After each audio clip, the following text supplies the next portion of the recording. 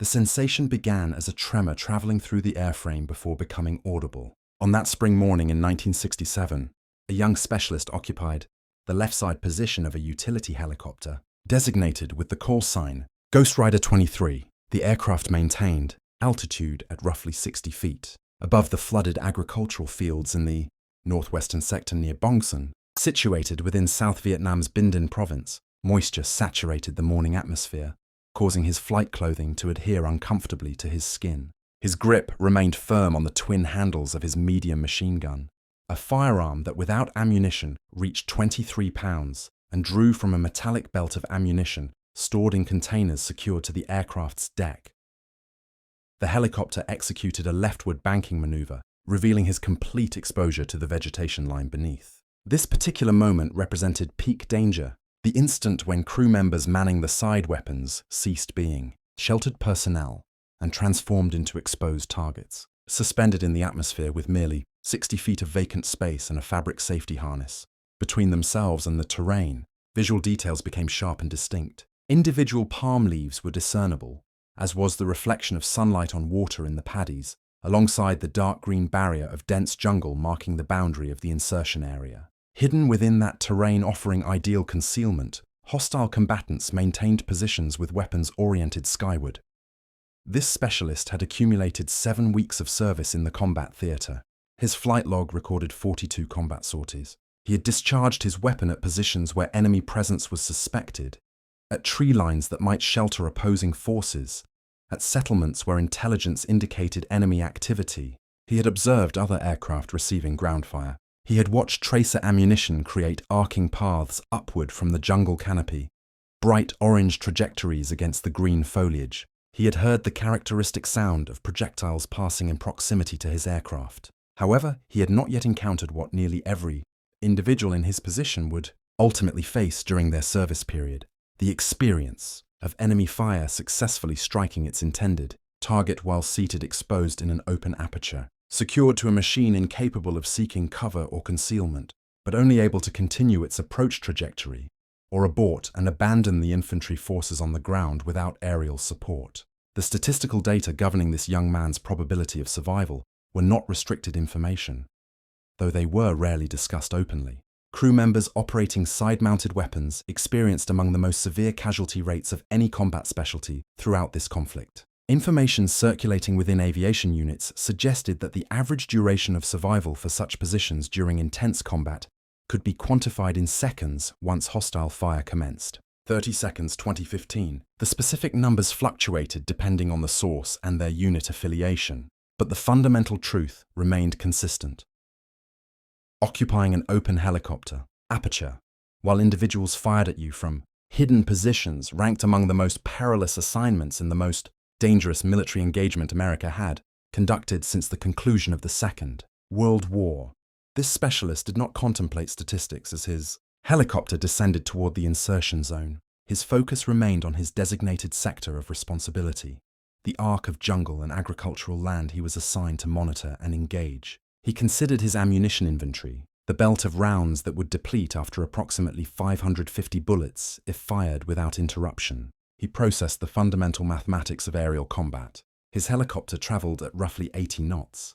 The enemy remained stationary and concealed, requiring him to identify, aim at, and engage targets while seated in a vibrating aircraft that never ceased movement. The fundamental question confronting every individual in this role throughout Vietnam was straightforward, yet terrible. How does one survive when concealment is impossible, and your adversary possesses that advantage? The helicopter gunship as a functional concept did not exist when the United States initiated its involvement in the Second World War.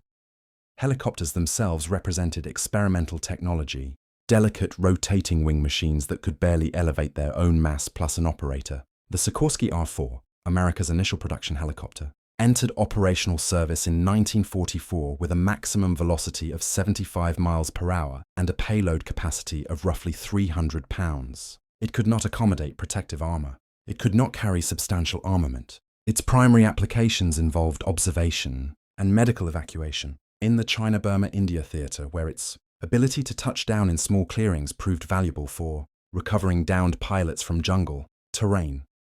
The Korean conflict expanded helicopter operations but did not fundamentally alter their function. The Bell H-13 Sioux and Sikorsky H-19 Chickasaw evacuated injured soldiers from forward positions, transported commanders to isolated outposts, and conducted observation sorties. They remained unarmed utility aircraft, too light and underpowered to carry weapons systems while maintaining useful payload capacity. The concept of utilizing helicopters as combat platforms, as machines that would deliberately fly into hostile fire to transport troops or provide fire support, had not yet received serious consideration by American military planners. The transformation commenced in the late 1950s as helicopter technology matured and American military doctrine evolved.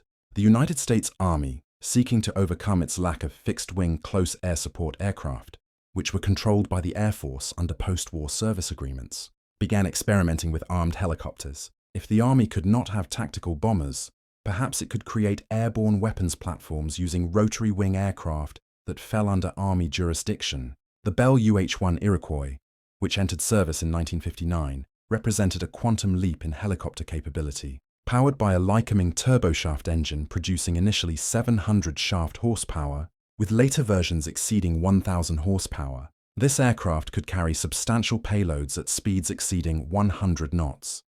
It could lift 8 to 10 combat-equipped soldiers or 3 litter patients plus medical attendants. Its turbine engine proved more reliable and more powerful than the piston engines that had powered earlier helicopters.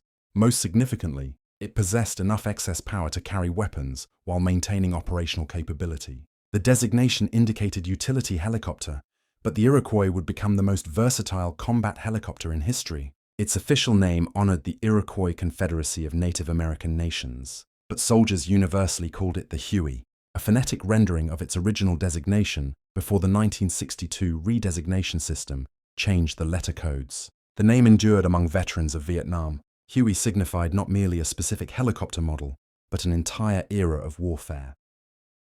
Early aircraft of this type deployed to Vietnam in 1962 as part of advisory missions supporting the South Vietnamese military. These initial aircraft were lightly armed, typically carrying only the personal weapons of the crew. Side gunners, when they were assigned, used standard rifles, firing semi-automatically at ground targets while sitting in open doorways. The inadequacy of this arrangement became apparent immediately. A rifle-caliber weapon fired by an individual sitting in a moving helicopter had minimal effect on ground targets. The side gunner could provide suppressive fire, forcing enemy soldiers to seek cover, but could not deliver sustained, accurate fire that would genuinely suppress enemy positions during landing approaches. The solution emerged through field modification and doctrinal evolution. By 1963, most aircraft of this type operating in Vietnam had been fitted with medium machine guns at the crew door positions. This weapon was the United States military's standard general-purpose machine gun adopted in 1957 to replace the heavier Browning. It fired the NATO standard cartridge at a cyclic rate of approximately 550 rounds per minute from a disintegrating belt. The weapon weighed 23 pounds with its bipod attached, measured 43 inches long, and had an effective range against point targets of 800 meters. For side gunners, this weapon represented a significant improvement over rifles. The sustained automatic fire allowed them to sweep areas with bullets, creating beaten zones that forced enemy soldiers to remain under cover. The heavier ammunition had better penetration and range than the smaller caliber ammunition used by the rifle that was beginning to replace previous standard infantry weapons. The belt feed system meant the gunner could maintain fire as long as ammunition lasted without needing to change magazines every 20 or 30 rounds. But this doorgun system, as it evolved in Vietnam, created a fundamental tactical problem that would define the experience of thousands of young Americans. It required the gunner to sit or stand in an open doorway, completely exposed to ground fire, strapped to the helicopter only by a canvas restraint system that allowed him to lean out for better angles of fire. The gunner's body was the mounting system. His hands gripped the weapon's handles. His arms absorbed the recoil. His eyes aimed using iron sights, or more commonly by watching where his tracers went and adjusting fire accordingly. There was no armor protecting him. There was no shield or barrier between his body and the jungle below. There was only empty air, forward airspeed, and the hope that enemy gunners would miss, or that his own fire would suppress them before they could acquire his helicopter as a target. The vulnerability was not accidental. It was inherent to the mission. Aircraft performing combat assault operations had to approach landing zones slowly, descending from altitude, reducing speed, flaring to arrest forward momentum, and hovering briefly before touchdown. During this approach phase, which might last 30 to 60 seconds, the helicopter was a large, slow-moving target, presenting itself to any enemy forces in the area. Side gunners were expected to suppress those enemy forces, to put enough fire into tree lines and suspected positions that enemy soldiers would be forced to take cover, rather than engaging the exposed helicopter. This young specialist had received his training at Fort Rucker, Alabama, the United States Army's primary aviation training facility. The course lasted 3 weeks and covered weapons familiarization, aerial gunnery techniques, crew coordination procedures, and emergency protocols. Trainees fired at ground targets from hovering helicopters, learning to estimate range and lead moving targets. They practiced loading and clearing stoppages on the weapon while wearing flight gloves. They memorized the immediate action drills for various emergency situations, including engine failure, tail rotor failure, enemy fire, and forced landing procedures. What the training could not fully prepare them for was the psychological reality of sitting in an open doorway while people tried to kill them. The rangers at Fort Rucker had no one shooting back. The training flights involved no actual danger beyond the inherent risks of helicopter flight. Instructors emphasized proper weapons handling and crew coordination, but they could not replicate the visceral fear of incoming fire or the knowledge that your survival depended entirely on factors beyond your control, including the pilot's skill, the enemy's aim, the reliability of your aircraft, and simple chance. The machine gun that this specialist operated was a complex mechanical device with a history of reliability problems in Vietnam's harsh environment. The weapon functioned through a gas-operated system, where expanding gases from a fired cartridge drove a piston that cycled the bolt, extracted the spent casing, and chambered a new round. In theory, this system produced a sustained rate of fire, limited only by ammunition supply and barrel heating. In practice, the weapon in Vietnam suffered from numerous issues that side gunners learned to manage through field experience, rather than official training. The weapon's feed mechanism was particularly troublesome. It used a disintegrating belt system, where cartridges were held in metallic links that separated as the belt fed through the gun. These links could jam if twisted, if contaminated with dirt or debris, or if the belt was not properly aligned with the feed tray. Side gunners learned to inspect every belt before loading, checking for damaged links, corroded cartridges, or improper seating. They learned to load the belt with specific tension, neither too loose nor too tight, to prevent feed failures. They learned to recognize the subtle sounds and vibrations that indicated an impending stoppage, allowing them to clear the malfunction before the weapon completely ceased firing. Barrel changes presented another challenge. The weapon's barrel heated rapidly during sustained fire, expanding as temperatures rose. After approximately 200 rounds of continuous fire, the barrel became hot enough to cause ammunition to cook off, firing spontaneously when chambered due to residual heat rather than waiting for the trigger pull. Standard procedure called for barrel changes after each 200-round belt, but side gunners in combat often had neither the time nor the secure position needed to perform this maintenance task while under fire. They learned to fire in shorter bursts, allowing cooling time between engagements, accepting reduced fire density to prevent weapon failure. Ammunition supply was both abundant and constrained. A typical combat assault helicopter carried between 2,000 and 3,000 rounds of ammunition for its side guns, split between the two crew positions. This sounds substantial until calculated against the weapon's cyclic rate. At 550 rounds per minute, a side gunner firing continuously would exhaust 1,500 rounds in less than 3 minutes. In practice, gunners fired in bursts, typically 3 to 7 rounds per trigger pull, conserving ammunition while maintaining suppressive fire. A disciplined gunner could make 1,500 rounds last 15 to 20 minutes of intermittent engagement. An inexperienced gunner panicking under fire could empty his ammunition, containers in minutes, and find himself weaponless for the remainder of the mission. The physical demands of this position were substantial and often underestimated.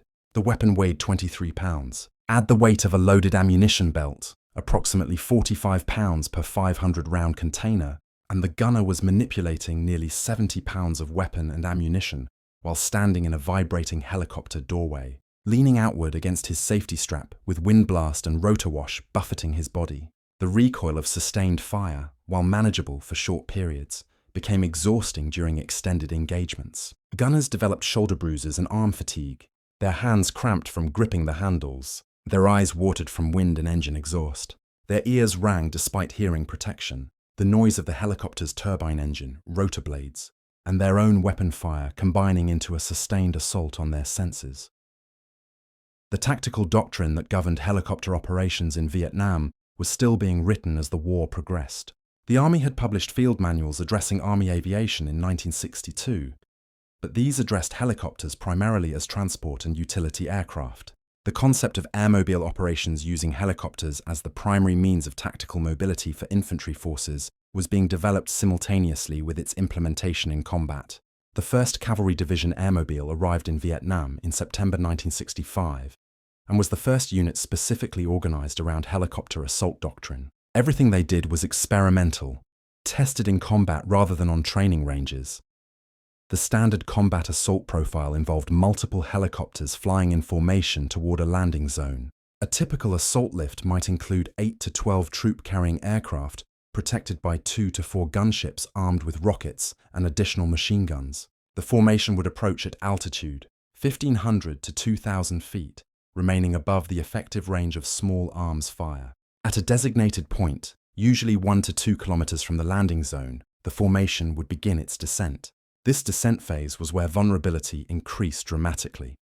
As the helicopters dropped below 1,000 feet, they entered the effective range of enemy small arms. Standard assault rifles, the typical weapon of North Vietnamese and Viet Cong forces, had effective range against point targets of approximately 300 meters, but their ammunition remained lethal at much greater distances when fired in mass from multiple positions. A formation of helicopters descending toward a defended landing zone presented dozens of aiming points to enemy gunners who had the enormous advantage of firing from concealed stationary positions at large, slow-moving targets silhouetted against the sky. The side gunners' mission during this approach was to suppress enemy fire. They would begin engaging suspected enemy positions at approximately 500 to 800 meters from the landing zone, firing into tree lines, structures, vegetation, anywhere enemy forces might be concealed. The suppressive fire was not aimed at specific targets, which were usually invisible until they fired, but rather at likely positions, forcing enemy soldiers to remain under cover rather than engaging the helicopters.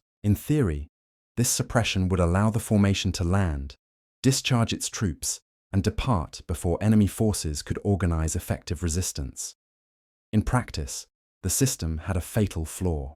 The side gunners could not suppress what they could not see, and the enemy had learned to wait. Rather than opening fire as soon as helicopters appeared, disciplined enemy units would hold fire during the initial descent, allowing the helicopters to commit fully to their landing approach. Only when the aircraft were at their most vulnerable, hovering or in low, slow flight immediately above the landing zone, would enemy forces open fire simultaneously from multiple concealed positions. The side gunners, who had perhaps been firing at empty jungle during their descent, would suddenly face muzzle flashes from dozens or hundreds of weapons at ranges of 50 to 200 meters, close enough that even unaimed fire had a reasonable probability of hitting a helicopter. The results were devastating and immediate. A Huey helicopter was approximately 57 feet long with a rotor diameter of 48 feet. Its fuselage was constructed primarily of aluminum alloy with some steel structural members. There was no armor protecting the crew positions, the engine, the transmission, the fuel cells, or the critical flight control systems. A single rifle-caliber bullet striking the right location could cause catastrophic failure. A round through the transmission might cause loss of oil pressure, leading to transmission seizure and loss of rotor control. A round through the engine could cause power loss or fire. A round through the fuel system could cause fuel starvation or create a leak that would drain tanks in minutes. A round through the hydraulic systems could make flight controls extremely difficult or impossible to operate. A round through the tail rotor drive shaft would cause immediate loss of anti-torque control, putting the helicopter into an uncontrollable spin. And side gunners sitting in open doorways with no protection except their canvas safety straps were among the most exposed components of the entire aircraft. They presented target profiles of approximately 18 to 24 inches wide and 36 to 48 inches tall depending on their body position. An enemy gunner aiming at a helicopter might hit engine, transmission, fuel cells, rotor systems, pilots or side gunners, but side gunners were the only crew members with no structure whatsoever between them and enemy fire from the sides. The pilots had some protection from the helicopter's structure and could take limited evasive action. The side gunners could only continue firing and hope that incoming rounds missed or struck non-vital areas of their bodies. The casualty statistics began accumulating within months of the first major airmobile operations. The 1st Cavalry Division's after-action reports from the Ia Drang Valley campaign in November 1965 documented the vulnerability in clinical terms. During the Battle of Landing Zone X-ray on November 14th through 16th, multiple helicopters sustained damage from ground fire. Side gunners were killed or wounded in several aircraft. One aircraft took a burst of automatic weapons fire through the cabin that killed both side gunners instantly and wounded the aircraft commander. The helicopter managed to land, discharge its troops, and return to base with the deceased crew members still strapped in their positions. These were not isolated incidents. They were the predictable result of a tactical system that required lightly protected aircraft to fly slowly and predictably into defended positions while exposed crew members attempted to suppress enemy fire with weapons that had limited effectiveness against concealed targets. The mathematics were unforgiving. A side gunner firing his weapon at a tree line 500 meters distant had minimal probability of hitting an enemy soldier who was under cover and invisible. That same enemy soldier firing at a helicopter hovering 60 feet above the ground at a range of 200 meters was shooting at a target the size of a small truck that could not hide and could only move in predictable directions. If 10 enemy soldiers fired 20 rounds each at a hovering helicopter, 200 bullets would be directed at the aircraft. If even 5% of those rounds struck the helicopter, 10 bullets would impact the aircraft. 1 or 2 might strike critical systems. 1 or 2 might strike crew members. The side gunners understood these mathematics in visceral, rather than statistical terms. They understood that sitting in their doorway while enemy forces fired at them was fundamentally unfair. They understood that they were exposed while the enemy was concealed, that they were large targets while the enemy presented minimal profile, that they were moving while the enemy was stationary. Every combat assault involved accepting these disadvantages and hoping that speed, suppressive fire, and luck would allow them to survive. The psychological toll was immense and immediate. Side gunners developed acute awareness of every sound, every vibration, every change in their helicopter's flight characteristics. They learned to distinguish the crack of supersonic bullets passing nearby from the thump of subsonic rounds. They learned the metallic ping sound of bullets striking aluminum structure. They learned the different sound of rounds striking steel components versus softer aluminum panels. They learned to identify the whistling sound of shrapnel from rockets or mortars. They learned to recognize the subtle changes in engine pitch or rotor blade sound that might indicate damage. They became hypervigilant, scanning constantly, sleeping poorly, unable to relax even during supposedly safe periods at base camps. The strain showed in multiple ways. Some side gunners became overly aggressive, firing at anything that looked suspicious, exhausting ammunition supplies against targets that probably did not exist. Others became hesitant, reluctant to engage unless they had clear targets, holding fire until enemy positions revealed themselves through muzzle flashes, but by then being under effective fire themselves. Some requested transfer to other positions, anything that did not involve sitting in an open doorway. Others accepted their role with fatalistic resignation, believing that survival was purely random and that worry was therefore pointless. A few embraced the danger with an intensity that concerned their commanders, volunteering for extra missions, seeking combat as though they were testing fate. The United States Army recognized the vulnerability problem by late 1965, but solutions were neither obvious nor easy to implement. The fundamental issue was that helicopters needed crew members to operate defensive weapons, but those crew members required visibility and fields of fire that precluded heavy armor protection. Adding armor plates to protect side gunners would increase aircraft weight, reduce payload capacity, and limit the gunner's ability to engage targets across wide arcs of fire. The solution needed to maintain or enhance defensive capability while reducing crew exposure. Initial attempts focused on improving weapon installations. Armored seats were developed, providing side gunners with protective plates behind and beneath them. These offered some protection against ground fire from certain angles, but added approximately 75 pounds per seat to aircraft weight. Armored vests became standard equipment for aircrews, though the vests available in the mid-1960s provided protection primarily against fragmentation and low-velocity rounds rather than direct hits from rifle-caliber weapons. Ballistic nylon panels were installed in some aircraft to protect vital areas, but these were limited in coverage and effectiveness.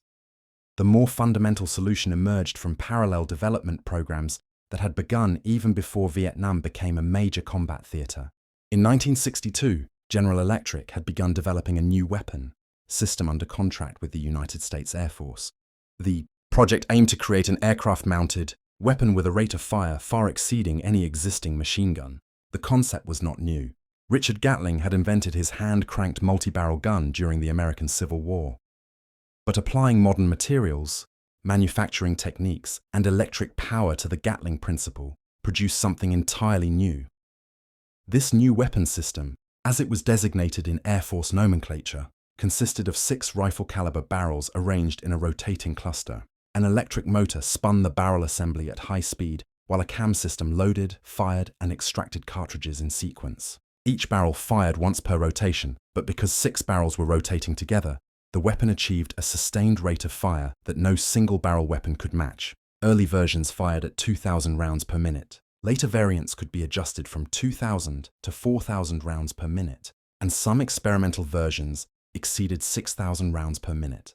This new weapon fired the standard NATO cartridge, the same ammunition used by existing machine guns. This commonality meant existing ammunition supplies could feed the new weapon without requiring separate logistics chains. But the weapon's rate of fire transformed that ammunition into something qualitatively different. Where existing gunners fired 550 rounds per minute in sustained bursts, this new weapon could deliver 2,000 to 4,000 rounds per minute. The difference was not merely quantitative. It was the difference between suppressive fire and area denial, between forcing enemy soldiers to take cover and making entire sections of terrain untenable. The weapon's high rate of fire created a visible stream of projectiles that resembled a solid line rather than individual bullets. Tracer rounds, typically loaded in ratios of 1 tracer to every 4 or 5 ball rounds, created a brilliant red line connecting the aircraft to the target area. Gunners could walk this line across target areas with precision, adjusting aim by observing where the stream of fire impacted. The density of fire meant that even brief bursts placed dozens of rounds into small areas. A 2-second burst at 4,000 rounds per minute delivered approximately 133 rounds. At 2,000 rounds per minute, a 2-second burst still delivered 67 rounds. The Army adopted the weapon and began testing installations on helicopters in 1965. The initial installations mounted the weapon on a fixed pintle at the helicopter's door position. Aimed and fired by the crew chief or side gunner, the weapon weighed approximately 85 pounds, including its mounting hardware and electric drive system, substantially heavier than the previous weapon's 23 pounds, but still within acceptable limits for payload capacity. Ammunition feed was from standard military ammunition containers, with flexible chutes directing belts from containers to weapon. The first combat. Deployments of helicopters equipped with this new weapon occurred in 1966 with specialized gunship variants designed specifically for armed escort and fire support missions. These aircraft mounted the new weapons in fixed or flexible installations, along with rocket pods and other weapons systems. The gunships flew as escorts for transport helicopters, engaging enemy positions with overwhelming firepower during approach and departure phases. The tactical impact was immediate and profound. Enemy forces that had previously been able to engage helicopter formations with relative impunity, firing from concealed positions and withdrawing before suppressive fire could locate them, now faced weapons that could sweep entire tree lines with thousands of rounds in seconds. The new weapon's high rate of fire meant that even if the gunner could not see individual enemy soldiers, he could saturate likely hiding positions with enough projectiles that concealment became ineffective. A 2-second burst into a tree line at 2,000 rounds per minute would place over 60 bullets into that area. At 4,000 rounds per minute, the same burst would deliver more than 130 rounds. Any enemy soldier in that beaten zone faced near certain hits. The psychological effect on enemy forces was as significant as the material effect. The sound of this weapon firing was distinctive and terrifying. a deep buzz like an enormous angry insect rather than the individual reports of conventional machine guns. The visible stream of tracers appearing as a solid red line reaching from sky to ground was unlike anything soldiers had previously experienced. Enemy forces that had learned to endure machine gun fire, taking cover during bursts and returning fire during gaps, found that this new weapon's fire offered no gaps. The weapon could fire continuously for extended periods, limited only by ammunition supply and barrel heating rather than mechanical cycling rates. Side gunners on transport helicopters initially continued using conventional machine guns, even as gunship escorts carried the new weapons. The new weapon's high rate of fire consumed ammunition too rapidly for transport helicopters with limited ammunition storage capacity. A side gunner with 1,500 rounds of conventional ammunition could maintain intermittent fire throughout a typical combat assault mission. That same 1,500 rounds would provide less than 25 seconds of continuous fire at 4,000 rounds per minute, or 45 seconds at 2,000 rounds per minute. The weight and volume of carrying sufficient ammunition for sustained operations exceeded the capacity of transport helicopters that needed to maximize troop-carrying payload, but the mere presence of gunships armed with the new weapons escorting transport formations changed the tactical calculus for side gunners on those transport aircraft. The enemy forces that had previously concentrated fire on vulnerable transport helicopters now had to consider the gunships, which could respond to any enemy fire with devastating barrages. The suppression that side gunners had attempted to provide with their conventional weapons, firing at suspected positions and hoping to keep enemy soldiers under cover, was now provided by dedicated gunship aircraft with weapons specifically designed for that mission. The casualty rates for helicopter crews reflected this tactical shift. While comprehensive statistics for side gunner casualties specifically are difficult to extract from overall aircrew casualty data, after-action reports and unit records document substantial reductions in aircraft losses and crew casualties following the introduction of effective gunship escort tactics. Helicopters still took ground fire, crews were still wounded and killed, and combat assaults remained dangerous operations. But the presence of gunships armed with the new weapons reduced the ability of enemy forces to engage transport helicopters with the concentrated sustained fire that had characterized earlier operations. The new weapon could not eliminate the fundamental vulnerability of side gunners sitting in open doorways. No weapon system could change the basic geometry of helicopter assault operations, which required aircraft to fly slowly and predictably into defended areas while exposed crew members operated defensive weapons. But this new weapon could suppress enemy fire more effectively than any previous weapon, creating conditions where side gunners on transport helicopters faced reduced incoming fire and where their own defensive fire, while still important, was no longer the sole protection for their aircraft.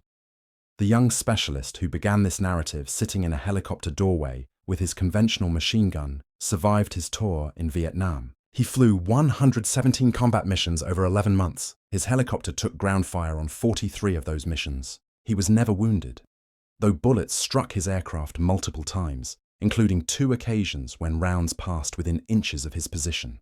He credited his survival to luck, to skilled pilots, and to the gunship escorts that accompanied most of his combat assaults during the latter half of his tour. This revolutionary weapon remained in service long after Vietnam ended, becoming standard armament on subsequent generations of American military helicopters.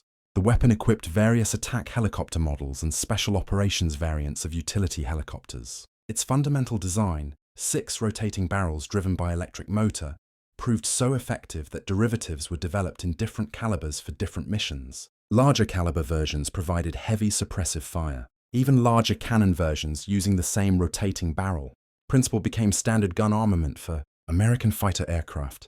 But this weapon's most significant legacy may be what it revealed about the nature of helicopter warfare and the relationship between technology and human vulnerability. The introduction of this weapon did not make side gunners invulnerable. It did not eliminate the dangers of helicopter combat or solve the fundamental problem of exposed crew members operating weapons from open aircraft.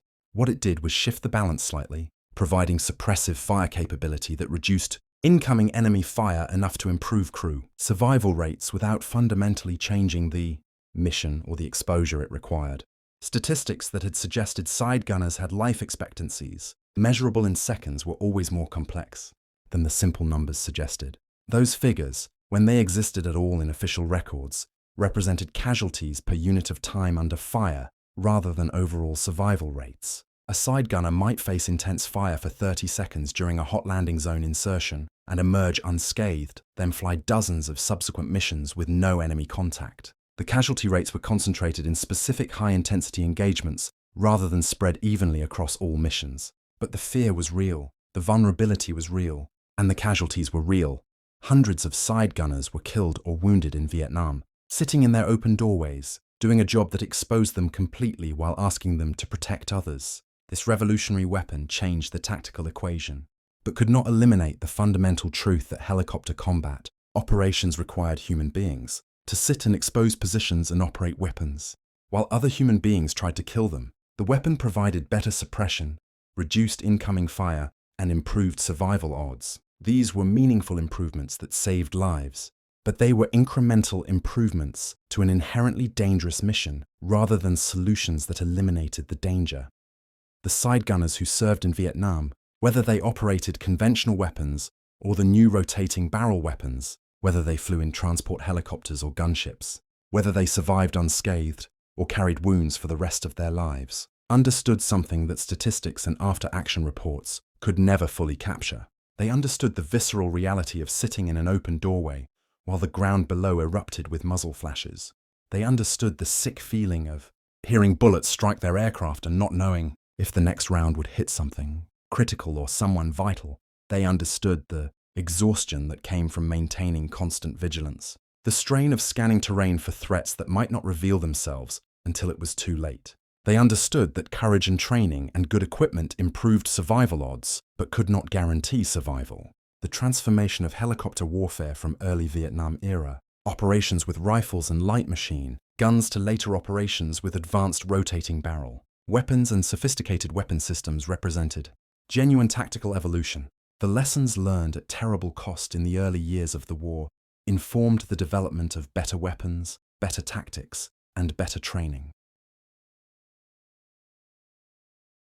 The international impact of American helicopter operations in Vietnam should not be overlooked. Military forces around the world studied American helicopter tactics and technology, adapting lessons learned to their own circumstances. The demonstrated effectiveness of helicopter mobile operations influenced military doctrine globally. Countries developed their own helicopter forces based partly on observations of American operations in Vietnam. The widespread adoption of helicopters for military transport, attack, and support roles worldwide can be traced in part to their demonstrated capabilities during the Vietnam conflict.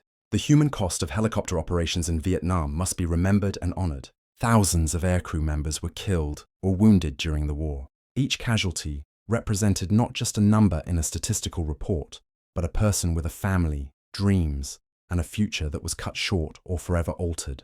The families of those killed or wounded bore their own burdens, dealing with loss or caring for wounded veterans. The broader impact on communities that sent young people to war and received them back changed or not at all rippled through American society. Honoring this sacrifice and learning from these experiences remains an ongoing responsibility. The question of whether the strategic outcomes of the Vietnam War justified the costs remains debated among historians and analysts. For helicopter crews who served, such strategic debates were often less relevant than the immediate realities of their missions and their responsibilities to fellow crew members and the soldiers they supported. They did their jobs under extremely difficult and dangerous conditions. They demonstrated courage, skill, and dedication regardless of broader strategic questions.